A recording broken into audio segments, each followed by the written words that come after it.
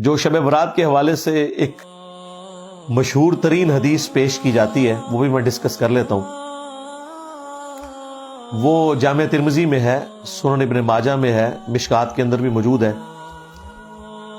اور یہ حدیث سب سے مشہور ترین حدیث ہے جس کو سارے لوگ کوٹ کر رہے ہوتے ہیں، خواہ وہ ڈاکٹر طاہر القادری صاحب ہوں، خواہ مولانا طارق جمیل صاحب ہوں، باپا جانی الیاس قادری صاحب ہوں، سب اس حدیث کو وہ کہتے ہیں جی دیکھیں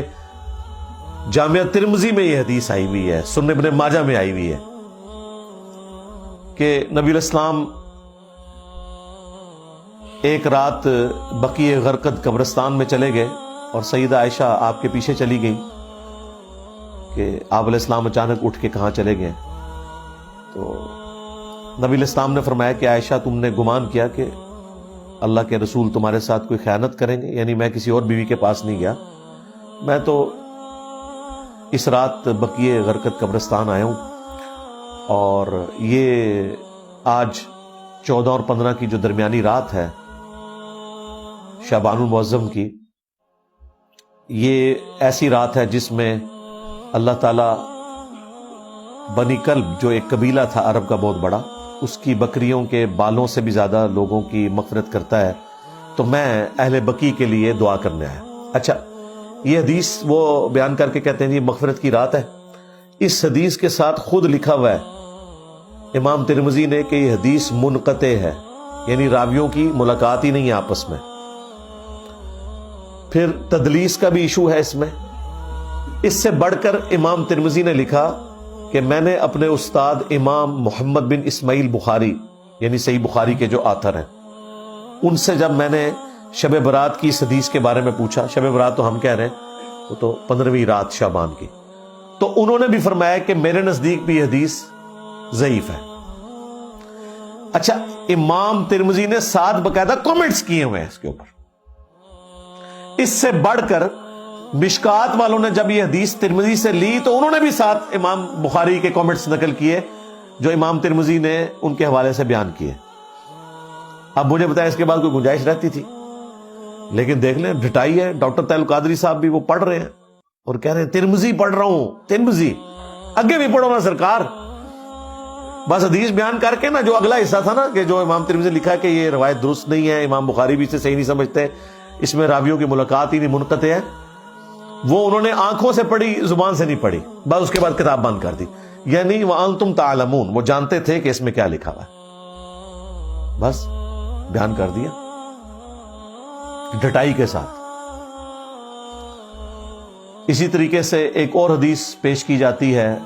سنن ابن ماجہ سے، وہ بھی مشکات میں بھی موجود ہے کہ نبی الاسلام نے فرمایا کہ اس مہینے میں نامہ اعمال اللہ کے حضور پیش ہوتے ہیں، رات کا قیام کرو اور دن کا روزہ رکھو. حالانکہ اس میں کذاب راوی ہے، یہ گھڑی ہوئی روایت ہے، ضعیف بھی نہیں، گھڑی ہوئی روایت ڈٹائی کے ساتھ بیان کرتے ہیں. اور یہ رات جو ہے وہ فجر کا وقت شروع ہونے تک اللہ تعالیٰ کی طرف سے خاص رحمت کی رات ہے، فرشتے نازل ہوتے ہیں، وہی جو لیلۃ القدر کے بارے میں ہے. اور وہ تو میں نے آپ کو بتایا کہ روزانہ کے لیے بھی فضیلت ہے بخاری مسلم میں کہ آخری تہائی رات جب رہ جاتی ہے تو اللہ تعالیٰ آسمان دنیا پہ نزول فرماتا ہے، جیسا کہ اس کی شان کے لائق ہے، اس کی مثال نہیں بیان ہو سکتی. اور کہتا ہے کوئی مجھ سے مانگنے والا میں اسے عطا کروں، ہے کوئی بخشش مانگنے والا کہ میں اسے بخش دوں، حتیٰ کہ فجر کا وقت داخل ہو جائے. یہ روزانہ کے لیے اللہ تعالیٰ کی طرف سے ایک اسپیشل آفر ہے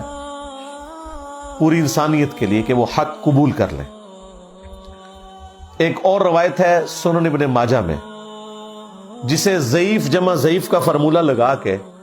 شیخ البانی نے حسن درجے میں ڈکلیئر کر دیا، جس کی وجہ سے آج کل بعض اہل حدیث بھی شب برات کو اتنا ماننا شروع ہو گئے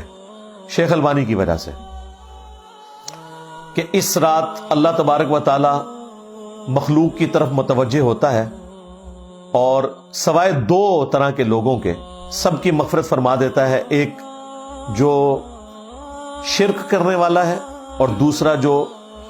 اپنے مسلمان بھائی کے بارے میں دل میں کینہ رکھنے والا ہے. لیکن یہ روایت بھی کمزور ہے اور یہ باقی روایتوں سے بھی زیادہ کمزور روایت ہے. اس میں 2 مجہول راوی ہیں ان نون، اور 2 مدلس راوی ہیں جو عن سے روایت کر رہے ہیں، اور امام مسلم نے صحیح مسلم کے مقدمے میں لکھا ہوا ہے کہ مدلس کی عن والی روایت سما کی تصریح کے بغیر ضعیف تصور کی جائے گی۔ 4 سکم ہے اس روایت کے اندر، اس کے باوجود شیخ البانی نے چونکہ اسے حسن لکھ دیا، اور وہ حسن لکھ رہی ہے ضعیف جمع ضعیف، وہ آج بریلوی بھی کوٹ کرتے ہیں، دیوبندی بھی، اور بعض اہل حدیث بھی کوٹ کرتے ہیں۔